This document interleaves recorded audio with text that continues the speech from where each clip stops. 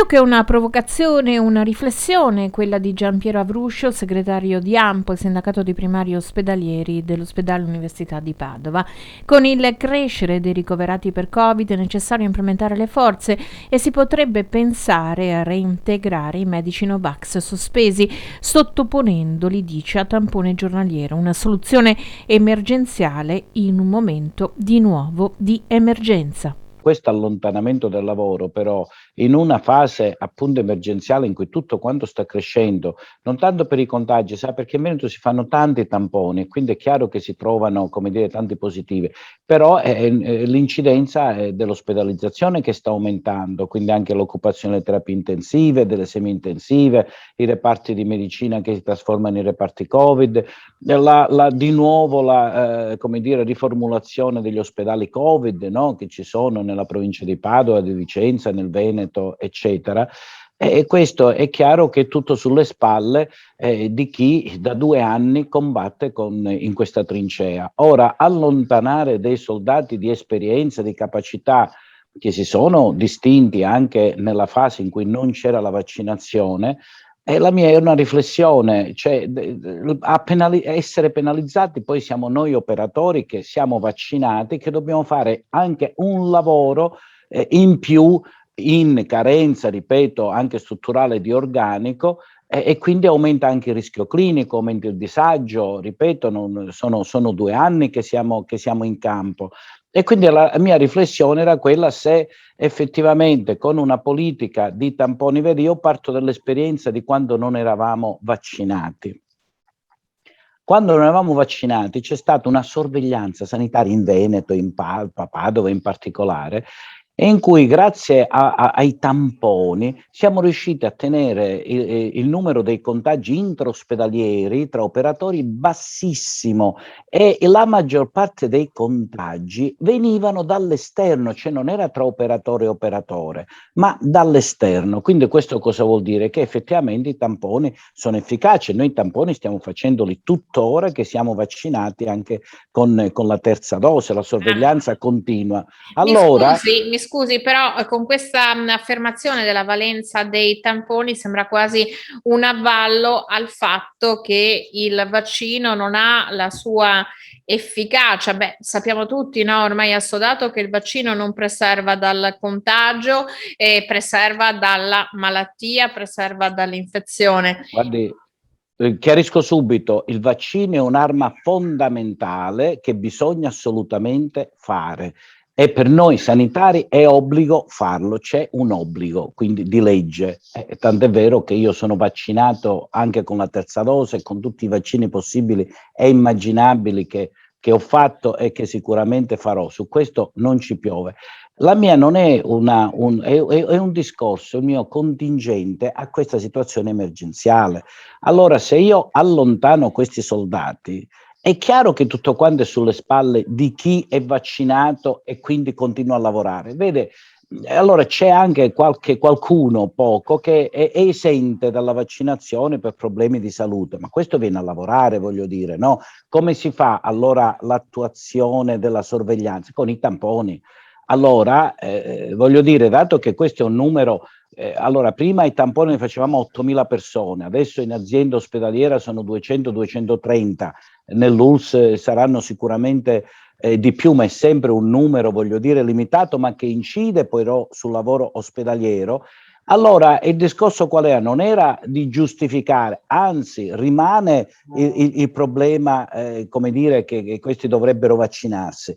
Però in questa emergenza, se io atto una politica di sorveglianza, questi vengono a lavorare, magari non avranno il Green Pass, perché con il salivare non hanno diritto al Green Pass, quindi non possono andare, voglio dire, in giro. Ma la mia riflessione era di trovare delle soluzioni che però non fosse l'allontanamento dal lavoro, era solo questo. Ma perché questo? Perché questo incide sul lavoro proprio di noi che siamo vaccinati e che continuiamo a lavorare insomma, anche per chi effettivamente dovrebbe avere la sua funzione e il suo ruolo, in un momento in cui, ripeto, sono 2 anni che ci stiamo dietro, quindi lei non sa quante personale sanitario che si rivolge agli psicologi, insomma basta vedere anche a livello regionale e a livello locale, insomma sa essere vestiti nelle tute, soprattutto nei reparti Covid, eccetera, insomma è una situazione veramente molto molto di disagio. E Anche poi alla perché, se fine non sbaglio, non c'è possibilità di reperire personale medico o sanitario che possa sostituire queste persone sospese. C'è anche questo elemento. Quindi lei propone una soluzione emergenziale perché a mali estremi, estremi rimedi? certo, una situazione che è pragmatica, mi creda, perché c'è stato un concorso fatto per gli anestesisti che è andato deserto, ma non è che mancano gli anestesisti, è che da noi dagli ospedali, perché è stato reso sempre meno attrattivo il lavoro in ospedale, gli ospedalieri hanno scelto e scelgono strada alternativa all'ospedale, perché in ospedale il rischio clinico è elevato, quando vai in sala operatoria rischi la vita del paziente, ma rischi anche la tua di professionale, per cui se non sei valorizzato nelle tue competenze, è chiaro che poi dopo scegli strada alternativa, te ne vai all'estero, dove i nostri ospedali all'estero sono pieni di nostri medici veneti e italiani, ma noi non abbiamo qui medici, non so, inglesi, francesi, austriaci, tedeschi che lavorano nei nostri ospedali. Ci sarà un motivo, no? Evidentemente è legato alla valorizzazione, perché lì sono in grado di valorizzarli meglio. I nostri giovani noi li facciamo scappare. Vede, io dico sempre che il Veneto è stata sempre una terra di emigrazione, ma una volta si emigrava per miseria, per fame, adesso invece si emigra per carenza di opportunità, per cui i nostri giovani vanno all'estero dove sono meglio gratificati. E questo non va bene, perché così noi bruciamo e uccidiamo il nostro futuro. Quindi, tornando al discorso, ripeto, io non ne faccio una questione ideologica, ma molto molto pragmatica. Noi abbiamo bisogno di soldati, e vede, soprattutto in sanità uno non vale uno, non è che un chirurgo, per dire che ha 20 anni di esperienza di sala operatoria anche in emergenza, è sostituibile con uno specializzando al secondo o terzo anno. Questo sa, poi dopo tutto si reverbera sulla cittadinanza, perché poi a risentirne sono chi va a pronto soccorso, chi viene ricoverato, chi deve essere poi sottoposto a intervento chirurgico, e in più questo surplus di lavoro che noi abbiamo poi dopo ricade anche sul rischio clinico, perché sa, l'affaticamento, insomma, non è una cosa buona, no? Per chi affronta appunto queste attività. E quindi il mio, ripeto, è una riflessione ad alta voce, può essere condivisibile o meno, è chiaro che poi dopo, insomma, è la Si politica che tratta. decide, ma io sollevo questo problema, insomma, ecco. Lei solleva questo problema, si tratta comunque di una legge nazionale e Certo. magari in qualche modo le avrà sollecitato anche nella regione Veneto per capire se c'è un margine di operatività. Che io le faccio questo tipo di domanda, c'è la possibilità, perché poi questa legge nazionale dell'obbligo in qualche modo era anche uno stimolo per obbligare i medici, gli operatori sanitari scettici verso il vaccino ad avvicinarsi ad esso. Quindi volevo capire se la regione insomma, prospetta qualche ipotesi risolutiva, ma la vedo molto, molto difficile. Sì, sì, credo, guardi, che io ne parlo veramente in maniera, come dire, molto pacata. Io credo che ormai è vero, è un discorso nazionale, quindi è una legge nazionale in cui effettivamente diciamo, la Regione del Veneto non è che può fare nulla a questo riguardo.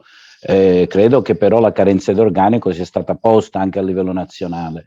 Il problema è quello che non vorrei che poi dopo, ha capito, quando si tratta di trattare un argomento con ideologia, è come, capisce, ai tempi dei fascisti e dei comunisti, no? Per cui uno è nel giusto, l'altro nel torto e viceversa, poi dopo a farne il discapito però è la persona. Sa quanti ragazzi sono stati, come dire, vittime di attentati dall'una e dall'altra parte? Ecco, non vorrei che come dire, si arrivasse a schieramenti che secondo me non hanno senso.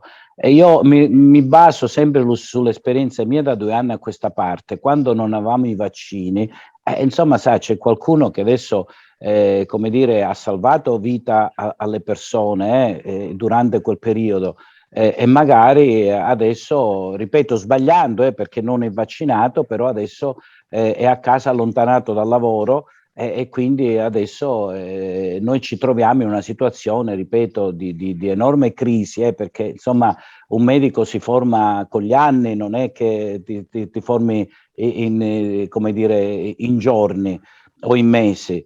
E quindi questo si reverbera, ripeto, proprio sul nostro lavoro, insomma, ecco, quindi io Posso credo, cioè, io chiedo solamente, la mia riflessione era se ci sono altre soluzioni che non fossero proprio, capisce, proprio come dire, l'allontanamento, insomma, ecco, solo questo. Posso chiederle, visto che lei ha un rapporto diretto con questi chirurghi che sono stati in prima linea nel combattere il Covid, oggi sono sospesi, se ha capito qual è la perplessità che hanno di fronte al vaccino, cioè dovrebbero essere, viene da pensare, com'è la maggior parte dei sanitari, i primi, no, a sottoporsi a credere in quest'arma.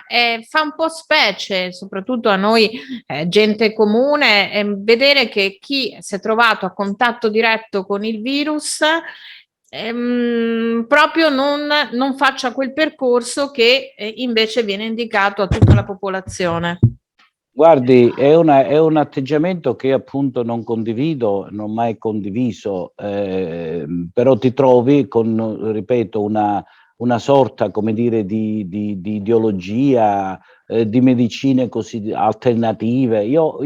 Allora, io credo che la scienza non sia un atto di fede, si basa su sperimentazioni. Le sperimentazioni ci dicono che effettivamente i vaccini sono sicuri e sono efficaci e quindi in questo senso poi come qualsiasi farmaco, anche qualunque farmaco che noi antinfiammatorio, la tachipirina, l'aspirina o qualsiasi altra cosa, è chiaro che insomma può avere degli effetti collaterali anche gravi. Voglio dire, non c'è il farmaco sicuro al 100%, però si mette tutto sul piatto di una bilancia. Allora, qual è il rischio maggiore? Quello di prendere la malattia oppure di avere qualche effetto collaterale con il vaccino limitato, ripeto, è molto minimo? È come un intervento chirurgico. Quando si porta un paziente in sala operatoria, il chirurgo valuta il rischio. Allora, se c'è un rischio affrontabile rispetto al beneficio, allora si opera. Se invece il rischio è elevato, il paziente non si opera. È tutto un problema, ripeto, di rischio-beneficio. Io ricordo che anche una gravidanza può avere effetti collaterali e può portare, insomma, a esiti fatali. Un'appendicite, qualunque intervento chirurgico. E quindi, insomma, il vaccino, come qualsiasi farmaco, avrà anche qualche effetto collaterale, ma Dio mio, su milioni, milioni, milioni di persone, gli effetti collaterali, io mi riferisco a quelli gravi, sono pochissimi e quindi insomma non è affrontabile. Poi, sa, io come dire, quando diventa anche un problema, come dire, di credenza ideologiche, io mi fermo là, insomma, Sì, però io perché torno è inutile sul... anche... Certo, però fa specie che ci siano dei sanitari, no, che abbiano questa forma di scetticismo, perché ritorno sul concetto, è ammissibile in chi non sa nulla di medicina, in chi non sa nulla di scienza, un po' meno magari Certo. perché... Ha ragione, perché effettivamente nel mondo medico la scienza è quella che ti guida in tutte le sue le attività. Su questo è un qualcosa che vivo e viviamo quotidianamente. Quindi, ripeto, questo fa specie. Ma tornando al discorso emergenziale, cosa facciamo? Voglio dire, poi dopo tutto si ripercuote, ripeto, su chi rimane. Qual è E questo è il problema. qual è la situazione in questo momento? Lei lavora in ospedale perché vediamo che i ricoveri comunque stanno aumentando, non siamo ai livelli dell'anno scorso a fronte dello Certo, per stesso fortuna. numero di Ma contagi. proprio perché hanno funzionato i vaccini, ecco per Certo, questo. certo, però qual è la situazione? Perché sempre noi ci documentiamo, insomma, ci sono anche molte persone vaccinate che arrivano in ospedale, quindi tutto questo non fa che alimentare un senso, no, di disorientamento poi alla fine, proprio perché siamo tutti reduci da 2 anni di una pandemia che non sembra mai avere una fine. Certo, guardi, allora sul discorso dei vaccinati, questo è vero, però sono, come dire, soprattutto pluripatologie rispetto ai non vaccinati che hanno un'età più giovane e rimangono di più in anestesia se non è fatale il Covid, perché il Covid, ripeto, è una patologia multiorgano che colpisce molti organi, non soltanto il respiro, i polmoni. E poi c'è da dire anche questo, vede, anche nella campagna vaccinale che è fondamentale, noi sanitari le abbiamo fatto per esempio in gennaio e febbraio, però abbiamo avuto anche il Green Pass che durava un anno, quando si sa, e la scienza lo dimostra, che il vaccino ha un'efficacia di 5 o 6 mesi. Quindi voglio dire, vede, nel corso del tempo noi abbiamo assistito anche a messaggi confusi che arrivavano dall'Organizzazione Mondiale della Sanità per le mascherine che non dovevano essere portate, il piano pandemico che non avevamo. Insomma, c'erano, voglio dire, una serie di messaggi e di azioni anche confuse che hanno mandato in confusione un pochino tutti, però noi, ripeto, all'inizio, per dire, c'è stata difficoltà anche a reperire le mascherine, i dispositivi di sicurezza, però noi, insomma, noi ci siamo sempre stati e ci sono state persone di noi, medici, infermieri, che hanno lasciato la vita, che hanno preso il Covid anche a fianco ai loro pazienti, ai nostri pazienti, quindi voglio dire, questa, però ripeto, a Padova almeno e in Veneto, grazie alla politica dei tamponi, questa cosa qui, almeno a livello intraospedaliero, dove sono stati sempre aperte la mensa, il bar, il ristorante, è sempre aperte, quindi vuol dire che insomma ha funzionato la sorveglianza. La sorveglianza deve esserci anche oggi, perché anche oggi che siamo vaccinati con la terza dose, noi siamo soggetti sempre a tamponamento, voglio dire, no? Con i tamponi, quindi la sorveglianza non va mai tralasciata, così come per esempio gli assembramenti vanno evitati, come con la mascherina e tutto il resto, insomma il lavaggio delle mani. Questa è una cosa con cui dobbiamo convivere e abituarci a vivere. Ribadisco, il concetto è questo, che poi dopo alla fine cioè, come dire, si punisce chi non viene vaccinato, però si puniscono in questo modo anche chi rimane sul campo a fare il loro lavoro.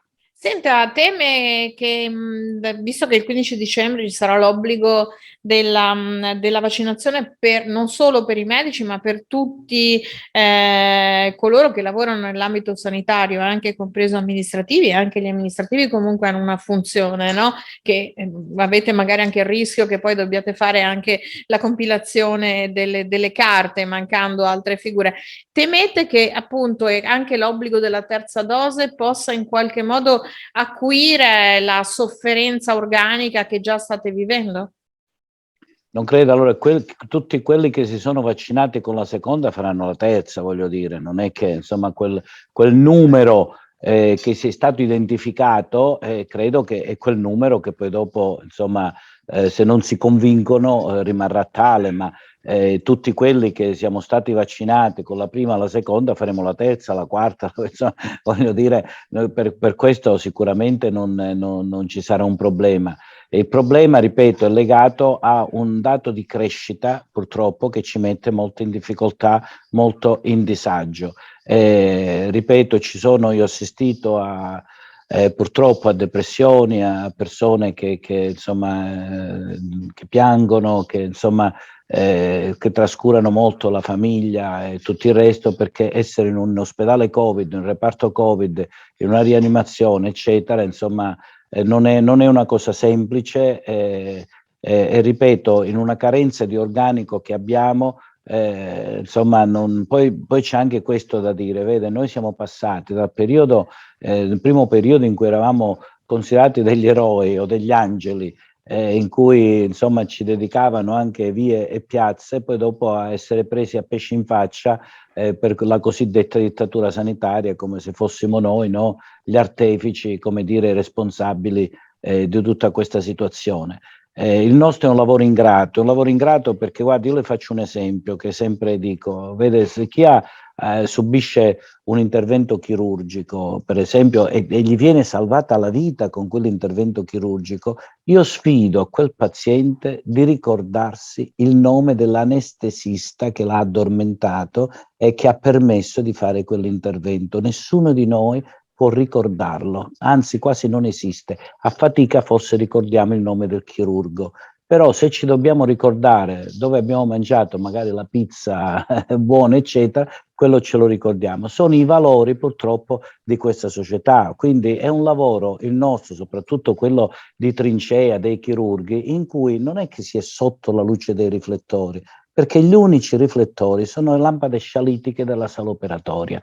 E la gratificazione che noi medici abbiamo è quando poi riesci alla fine a salvare la vita, a far star bene una persona. Allora sono quegli occhi di quella mamma, di quel papà, di quel figlio. Tra l'altro questa sua riflessione va anche assolutamente a sostegno di tutte le persone che si trovano necessariamente a veder rinviato un intervento chirurgico, vuoi anche di elezione, ma comunque un intervento chirurgico che comunque se va fatto ci può essere anche il tempo di farlo, ma visto che magari era già stato stoppato una prima volta e parliamo di screening, cioè tutta l'attività sanitaria che poi ne risente, con danni per la salute, si è detto anche molto spesso, magari per il Covid qualcun altro rischia di morire per altre patologie che non hanno in questo momento la precedenza. È proprio così, poi insomma, sai, è successo anche nel recente passato, poi interventi non urgenti ti diventano urgenti. Vede, quello che preoccupa di questo Covid non è tanto la mortalità da Covid, ma quanto il fatto che contemporaneamente più persone hanno necessità di essere ricoverate in terapia intensiva e se vengono occupate queste terapie intensive non c'è posto per gli altri e quindi dato che le altre patologie però il Covid non li ferma, questi vanno avanti perché muoiono per i tumori, muoiono per l'infarto, muoiono per tutte le altre patologie e quindi per questo c'è necessità, ripeto, in un momento in cui tutto sta aumentando, quindi perché se fosse stato un altro periodo questo problema non si porrebbe, ma qui è tutto sulle spalle di chi da 2 anni sta vivendo questa situazione. Siamo sempre, ripeto, di meno perché c'è gente che abbandona l'ospedale e sono persone di elevata competenza e questa competenza non è facilmente sostituibile.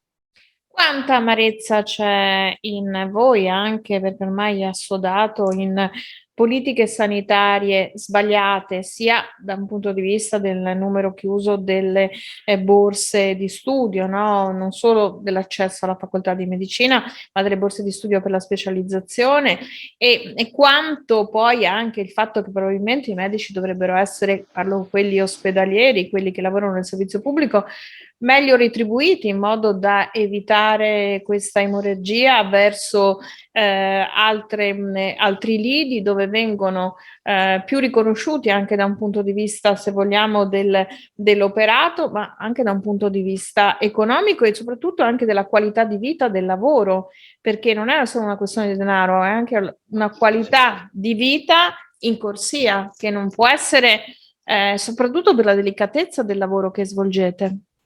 Guardi, ha centrato pienamente il cuore del problema, perché non è soltanto un discorso di errata programmazione delle scuole di specialità, del numero dei posti, ma è proprio una scarsa valorizzazione del lavoro della professione ospedaliera. Vede, quando uno ha un problema serio, dove va? Va al pronto soccorso, va in ospedale.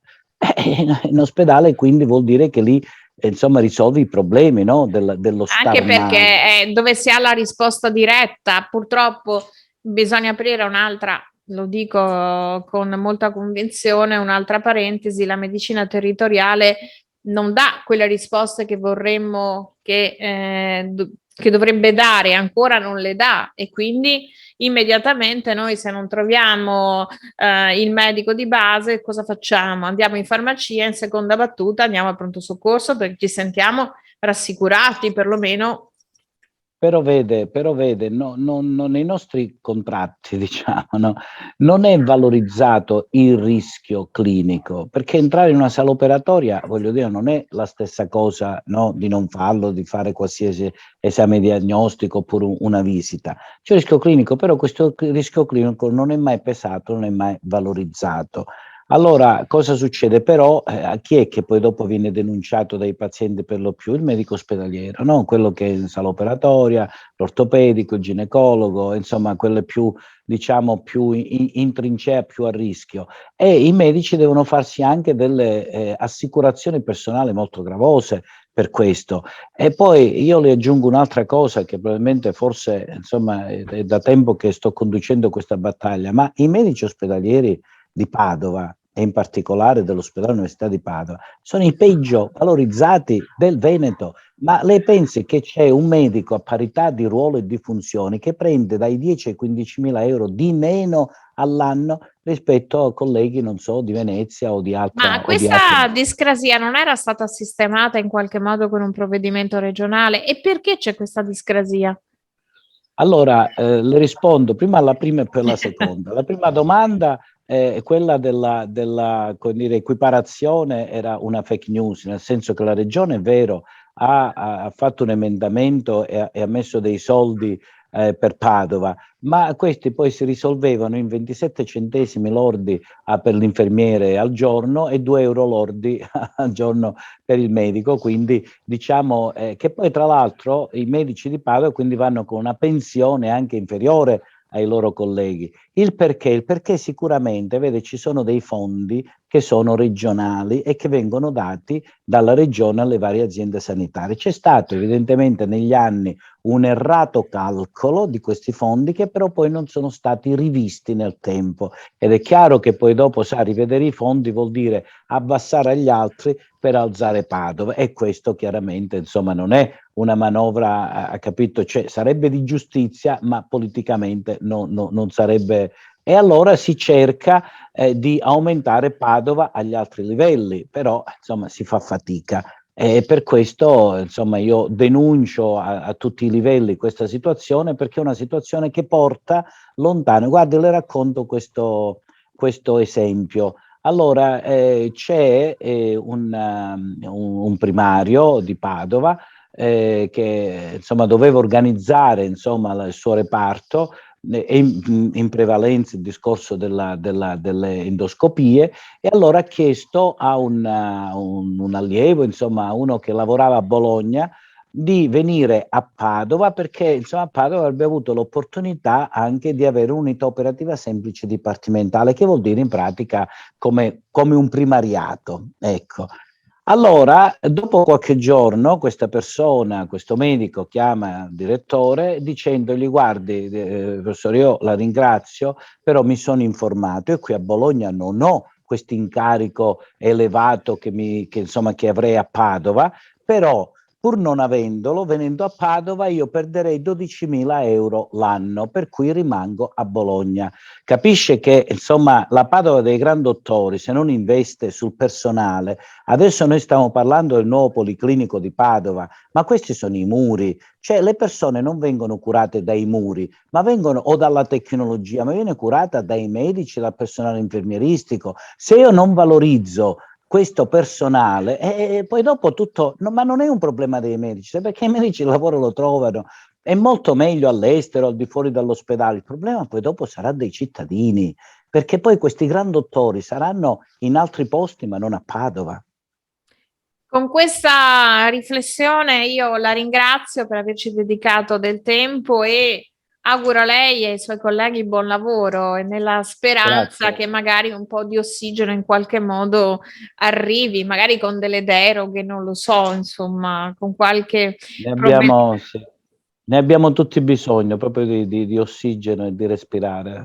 è vero. Sì, che poi detto in tempi di Covid sembra un po' Sì. una speranza collettiva, assolutamente. Grazie, Grazie, buon lavoro. grazie a lei e buona Grazie. salute a tutti. Grazie, Arrivederci, grazie, arrivederci. arrivederla.